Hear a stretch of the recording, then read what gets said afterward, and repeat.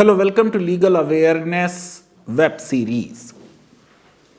फैसल हुसैन उन्नाव में सब्जी बेचने वाला 18 साल का बच्चा बंगार मऊ पुलिस स्टेशन ले जाया गया और मर गया।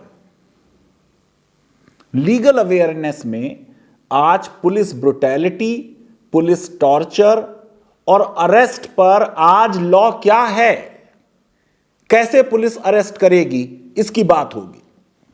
अल्बर्ट पिंटू को गुस्सा क्यों आता है, यह हमारे बचपन की फिल्म थी।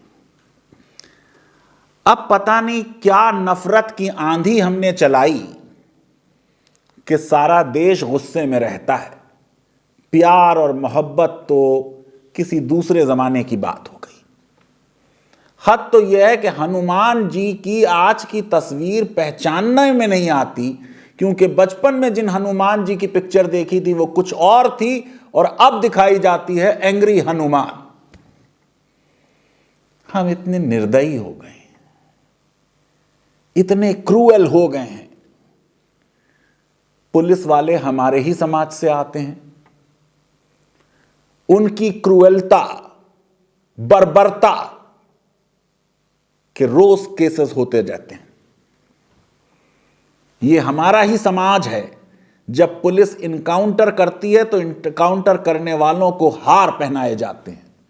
हैदराबाद में यह हो चुका है और भी कई जगह हो चुका है। इनकाउंटर स्पेशलिस्ट बहुत अच्छे पुलिस ऑफिसर्स माने जाते हैं। पिछले साल नेशनल कैंपेन अगेंस्ट टॉर्चर ने जो रिपोर्ट तैयार की, उसके हिसाब से एक साल में 1731 लोग कस्टडी में मर गए। और जैसा हर रिपोर्ट में आता है कि ज्यादातर लोग जो कस्टडी में मरते हैं वो कौन होते हैं? मुसलमान और दलित। ये जो मामला हुआ है उन्नाव का, ये कोई नया मामला नहीं है। अभी त्रिपुरा में लॉकडाउन के वायलेशन में डीएम साहब ने एक शादी हो रही थी, पुजारी जी के थप्पड़ मार दिया, बाद में उन्हें वहां से ट्रांसफर कर दिया गया। छत्तीसगढ़ में सूरजपुर के डीएम ने लॉकडाउन के वायलेशन पर, रणबीर शर्मा नाम था इनका, थप्पड़ मार दिया। हैदराबाद में डिलीवरी बॉयज, जबकि फूड डिलीवरी अलाउड है, उनके साथ पुलिस बदसलूकी कर रही। कर्नाटका में लाठियां बरसाई जा रही हैं लॉकडाउन की वायलेशन पे। ये जो पुलिस का रूप नजर आ रहा है, ये संविधान के विरुद्ध है, रूल ऑफ लॉ के विरुद्ध है। जो सीसीटीवी फुटेज अवेलेबल है उन्नाव का, उसमें यह क्लियर नहीं है कि वो पुलिस स्टेशन में है या पुलिस स्टेशन में लाया गया है। लेकिन एक वेजिटेबल वेंडर, उससे पुलिस ने पूछा क्या टाइम हो रहा है, उसने कह दिया 2 बज रहे हैं। लॉकडाउन का टाइम हो गया था शायद। और भी कई शॉप्स के इस तरीके से वायलेशन थी, उनको नहीं मारा गया, लेकिन इसे पिक किया गया और इतना मारा गया कि ये मर गया। अब 3 पुलिस वालों पर मर्डर का चार्ज लगाए जाने की खबरें आ रही हैं। उन्नाव के superintendent of police Anand Kulkarni ने कहा है कि हम साहब एज पर एविडेंस और एज पर लॉ प्रोसीड करेंगे, हम मेडिको लीगल एडवाइस लेंगे। लेकिन आप देखिए कि इसी केस में पहले कहा गया कि फैसल हुसैन दिल का दौरा पड़ने से मर गया। बाद में जब फैमिली ने हाईवे को ब्लॉक किया, एफआईआर फाइल हुई कांस्टेबल विजय चौधरी और सीमावत और होमगार्ड सत्यप्रकाश के खिलाफ। ये आप सोचिए कि ये सीसीटीवी में जो नजर आ रहा है, बिल्कुल साफ है कि वो पुलिस स्टेशन लाया जाता है, कोलैप्स करता है, उसे फिर उठाया जाता है, फिर कोलैप्स करता है, फिर कोई पुलिस ऑफिसर उसे पानी देता है। मैं ये समझता हूं कि देश को ये बात समझने की है कि हमारी पुलिस किस तरीके से फेलो ह्यूमन बीइंग्स को ट्रीट कर रही है। ऐसी तो शायद कॉलोनियल पुलिस भी नहीं रही होगी। सोल ब्रेड विनर है, 6 लोगों की फैमिली है, भाई बीमार है। जो चीजें सीसीटीवी फुटेज से नजर आ रही हैं, उसका नेबर है मोहम्मद लईक, वो उसने कहा कि साहब, पुलिस ने आके पूछा कि टाइम क्या है, उसने कहा 2 बजे हैं। उसके बाद उसको मारना, स्लैप करना शुरू कर दिया। मैं ये समझता हूं कि इस तरीके की जो पुलिस ब्रुटैलिटी है, उसके लिए सिविल सोसाइटी में अवेयरनेस होनी चाहिए। उन्हें पता होना चाहिए कब पुलिस अरेस्ट कर सकती है, क्या आपके राइट्स हैं अरेस्ट होने के बाद। और पुलिस टॉर्चर और कस्टोडियल वायलेंस के खिलाफ देश में किसी को राइट टू किल नहीं है। लेकिन हम एक ऐसा समाज बनते जा रहे हैं जिसमें यह सब कुछ नॉर्मल होता जा रहा है। अभी मैं आपको अब पिछले साल का वाकया बताता हूं, जहां तमिलनाडु की पुलिस ने इसी तरीके का काम किया। आपको मालूम है कि तमिलनाडु में अभी चंद दिन पहले एक फादर और एक सन को किस तरीके से पुलिस कस्टडी में उनकी डेथ हो गई। थोड़ा बहुत हंगामा हमारे देश में हुआ, लेकिन आप देखें किस तरीके से ब्लैक लाइव्स मैटर मूवमेंट न सिर्फ यूएसए में चला बल्कि पूरी दुनिया में चला। उस तरीके की अभी हमारे यहाँ कॉन्शियसनेस जो है वो नहीं आई है, जो कि एक अफसोस की बात है।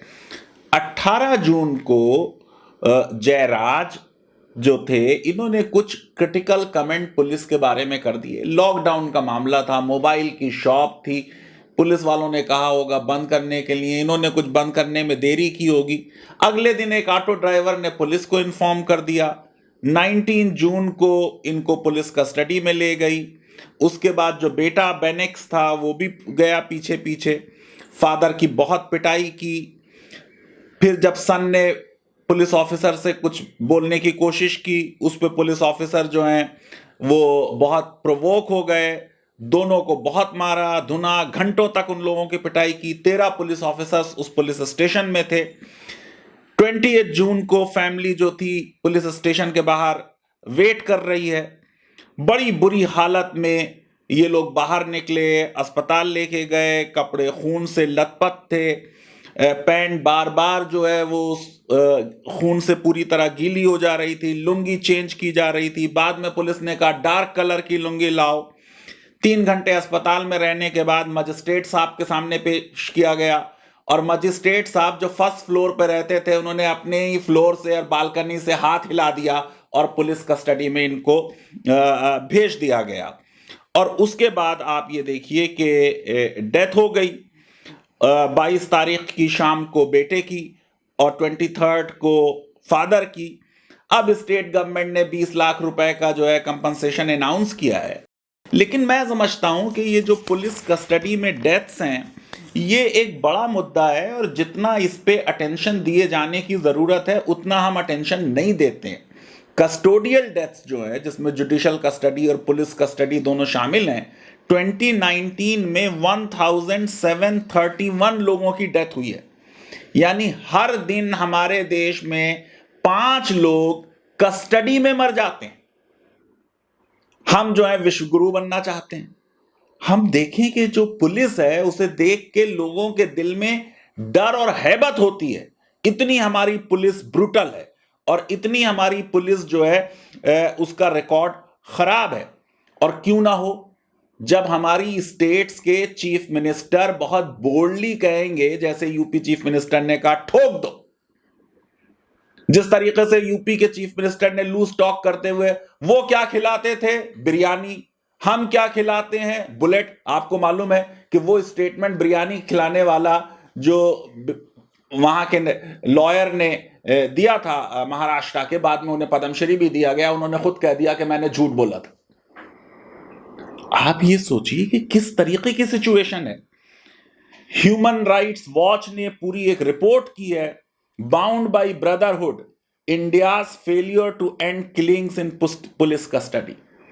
17 पुलिस कस्टडी डेथ्स जो 2009 से 2015 तक हुई थी, उनको स्टडी किया, विक्टिम्स की फैमिलीज से बात हुई, विटनेसेस से बात हुई, पुलिस ऑफिसर से बात हुई, जो एक्सपर्ट्स हैं इस मैटर के उनसे बात हुई, और क्या उसमें रिजल्ट्स निकल रहे हैं? थर्ड डिग्री मेथड्स यूज हो रहे हैं। आप सोचिए, हमारे यहां तो धर्मवीर कमीशन जो पुलिस कमीशन था वो ऑन रिकॉर्ड कह चुका है कि third degree methods are useful methods of interrogation.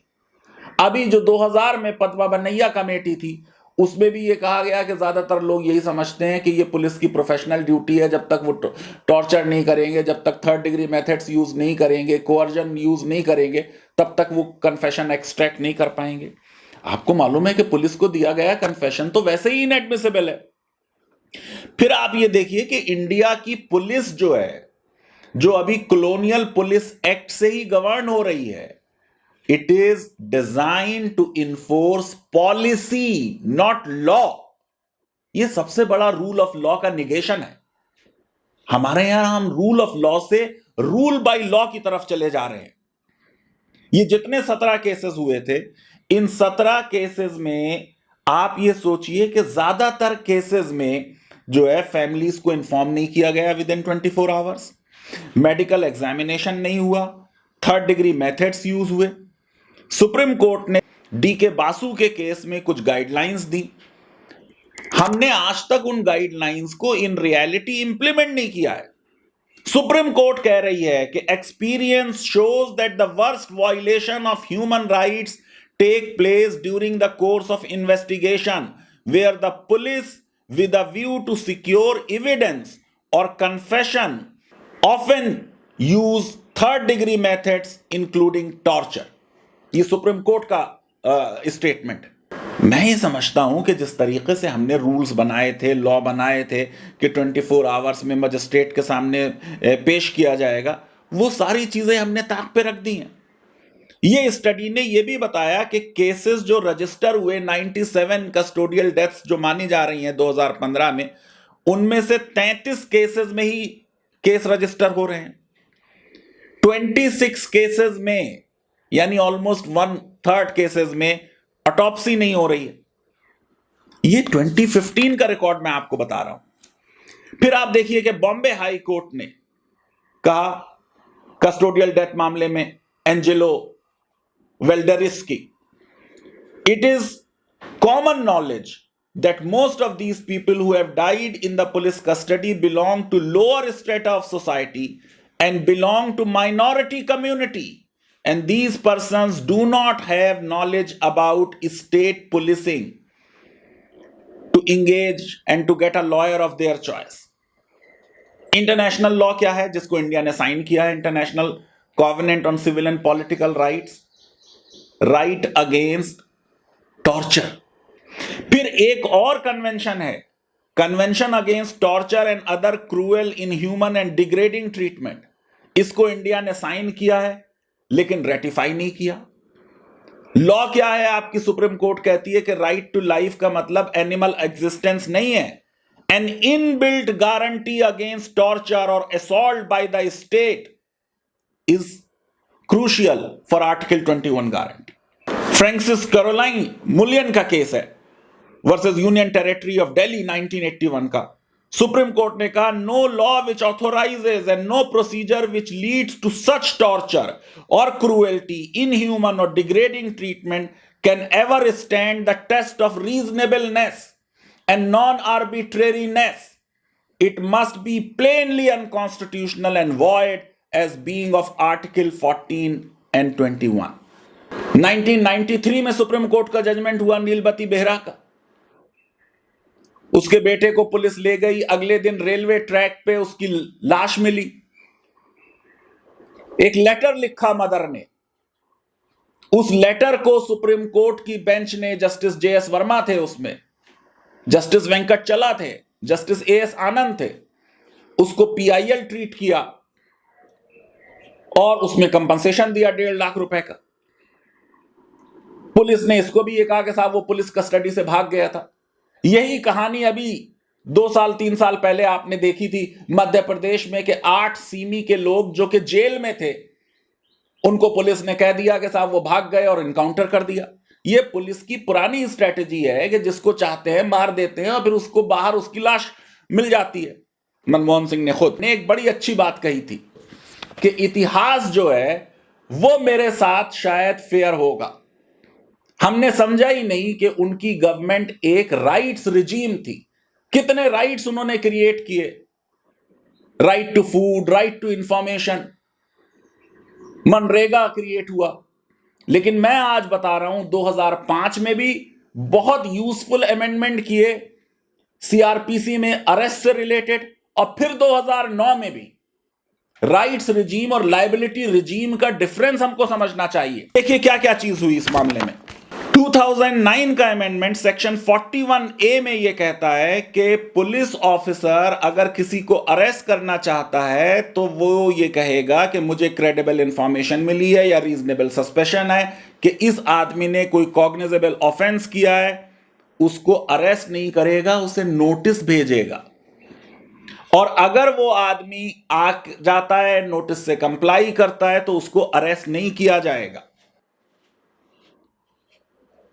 फिर सेक्शन 41B में यह कहा कि अगर पुलिस ऑफिसर को अरेस्ट करनी है, वो कंडीशन से नहीं कंप्लाई कर रहा है, तो अगर उसको अरेस्ट करनी, तो देखिए कितना बड़ा राइट क्रिएट कर दिया मनमोहन सिंह सरकार ने।